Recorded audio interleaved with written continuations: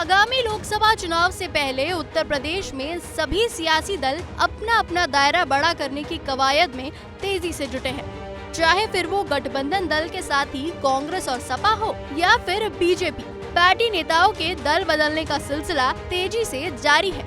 इस बीच लोकसभा चुनाव से पहले बसपा को बड़ा झटका लगा है। अंबेडकर नगर से सांसद रितेश पांडे ने बसपा से इस्तीफा दे दिया है और बीजेपी का दामन थाम लिया है। हालांकि उनके पार्टी छोड़ने की चर्चाएं काफी समय से चल रही थी, लेकिन रविवार को उन्होंने इस्तीफे के साथ चर्चाओं पर विराम लगा दिया। साथ ही उन्होंने बीजेपी के शीर्ष नेतृत्व का आभार भी जताया।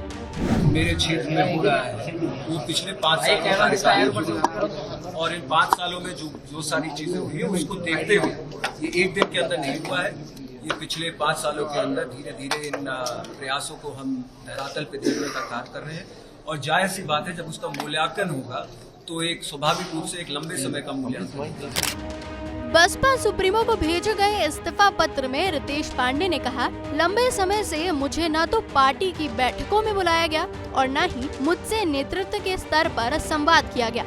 पार्टी को मेरी सेवा और उपस्थिति की अब आवश्यकता नहीं रही, इसलिए मैं इस्तीफा दे रहा हूं। आपको जानकारी के लिए बता दें कि बीते विधानसभा चुनाव में रितेश के पिता पूर्व सांसद राकेश पांडे ने बसपा छोड़कर सपा का दामन थाम लिया था। फिलहाल अब राकेश पांडे सपा के टिकट पर विधायक हैं। इसी घटनाक्रम के बाद रितेश से बसपा प्रमुख नाराज चल रही थी और फिर संसदीय दल के नेता पद से रितेश पांडे को हटा दिया था, जिसके बाद से उनकी पार्टी के बाकी कार्यक्रमों से दूरी बन गई थी।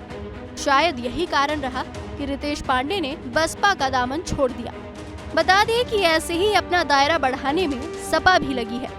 अभी हाल ही में फिरोजाबाद में अखिलेश यादव ने कई बसपा नेताओं को अपनी पार्टी में शामिल करवाया है, पर रितेश पांडे का ऐसे समय में बसपा का साथ छोड़ना किसी झटके से कम नहीं है।